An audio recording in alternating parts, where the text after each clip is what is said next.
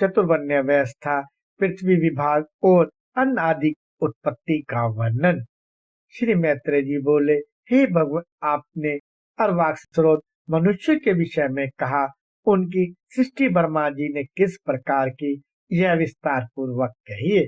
श्रीपति ने कहा, ब्राह्मण आदि वन को जिन जिन गुणों से युक्त और जिस प्रकार रचा तथा उनके जो जो कर्तव्य कर्म निर्धारित किए, वह सब वर्णन कीजिए। श्री पराशर जी बोले, हे दूसरे, जगत रचना की इच्छा से युक्त सत्य संकल्प श्री ब्रह्मा जी के मुख से पहले सत प्रधान प्रजा उत्पन्न हुई। तदंतर उनके वक्षस्थल से रजा प्रधान तथा जंघाओं से रज और तम विशिष्ट सृष्टि हुई। हे द्विजोत्तम, चरणों से ब्रह्मा जी ने एक और प्रकार की प्रजा उत्पन्न की, वह तमा प्रधान थी। यही सब चारों वर्ण हुए। इस प्रकार हे द्विसत्तम, ब्राह्मण, क्षत्रिय, वैश्य और शूद्र, ये चारों क्रमशः ब्रह्मा जी के मुख, वक्षस्थल, जानु और चरणों से उत्पन्न हुए। हे महाभाग, ब्रह्मा जी ने यज्ञ अनुष्ठान के लिए ही यज्ञ के उत्तम साधन रूप इस संपूर्ण चतुर्वर्ण्य की रचना की थी। हे धर्मज्ञ, यज्ञ से तृप्त होकर देवगण जल बरसाकर प्रजा को तृप्त करते हैं, अतः यज्ञ सर्वथा कल्याण का हेतु है। जो मनुष्य सदा स्वधर्मपरायण, सदाचारी, सज्जन और सुमार्गामी होते हैं, उन्हीं से यज्ञ का यथावत अनुष्ठान हो सकता है। हे मुने, यज्ञ के द्वारा मनुष्य इस प्रकार शरीर से ही स्वर्ग और अपवर्ग प्राप्त कर सकते हैं तथा और भी जिस स्थान की उन्हें इच्छा हो उसी को जा सकते हैं।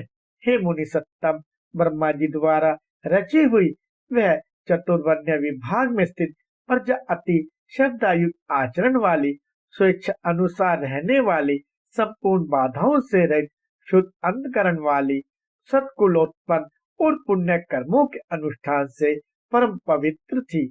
उसका चित्त शुद्ध होने के कारण उसमें निरंतर शुद्ध भाव श्री हरि के विराजमान रहने से उन्हें शुद्ध ज्ञान प्राप्त होता था, जिससे वे भगवान के उस विष्णु नामक परम पद को देख पाते थे। फिर त्रेता युग के आरंभ में हमने तुमसे भगवान के जिस काल नामक अंश का पहले वर्णन किया है, वह अति अल्प सार वाले, सुख वाले, तुच्छ और घोर दुखमय पापों को प्रजा में प्रवृत्त कर देता है। हे मैत्रेय, उससे प्रजा में पुरुषार्थ का विधातक और अज्ञान और लोभ को उत्पन्न करने वाला राग आदि रूप अधर्म का भी उत्पन्न हो जाता है। तभी से उसे वह विष्णु पद प्राप्ति रूप स्वाभाविक सिद्ध और रसोल्लास आदि अन्य अष्ट सिद्धियां नहीं मिलती। उन समस्त सिद्धियों के क्षीण हो जाने और पाप के बढ़ जाने से फिर संपूर्ण प्रजा द्वंद, हरास और दुख से आतुर हो गई। तब उसने मरुभूमि, पर्वत और जल आदि के स्वाभाविक तथा कृत्रिम दुर्ग और पुर तथा खरकट आदि स्थापित किए। हे महामते, उन पुर आदि में शीत और घाम आदि बाधाओं से बचने के लिए उसने यथोयोग्य घर बनाए। इस प्रकार शीतोष्ण आदि से बचने का उपाय करके उस प्रजा ने जीविका के साधन रूप कृषि तथा कला कौशल आदि की रचना की। हे मुने, धान, जौ, गेहूं, छोटे धान्य, तिल, कांगनी, ज्वार, कोदो, छोटी मटर, उड़द, मूंग, मसूर, बड़ी मटर, कुल्थी, राई, चना और सन, ये 17 ग्राम्य औषधियों की जातियां हैं। ग्राम्य और वन दोनों प्रकार के मिलाकर कुल 14 औषधियां ज्ञायिक हैं।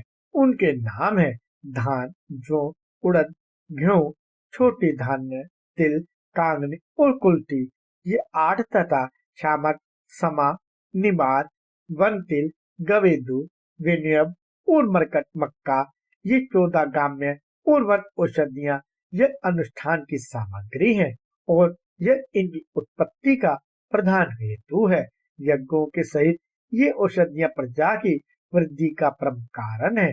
इसलिए इलोक परलोक के ज्ञाता पुरुष यज्ञों का अनुष्ठान किया करते हैं। हे मुनिश्रेष्ठ, नित्य प्रति किया जाने वाला यज्ञ अनुष्ठान मनुष्य का परम उपकारक और उनके किए हुए पापों का शांत करने वाला है। हे महात्मुने, जिनके चित्त में काल की गति से पाप का बीज भरता है, उन्हीं लोगों का चित्त यज्ञ में प्रवृत्त नहीं होता। उन यज्ञ के विरोधियों ने वैदिक मत, वेद और यज्ञ आदि कर्म सभी की निंदा की है। वे लोग दुरात्मा, दुराचारी, कुटिलमती, वेद निंदक और प्रवृत्ति मार्ग का उच्छेद करने वाले ही थे।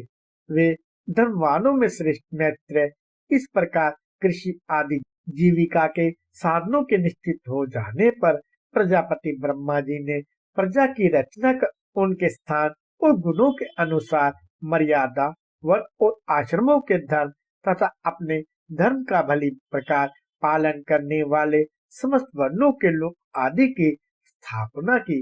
कर्मनिष्ठ ब्रह्मा का स्थान पितृलोक है।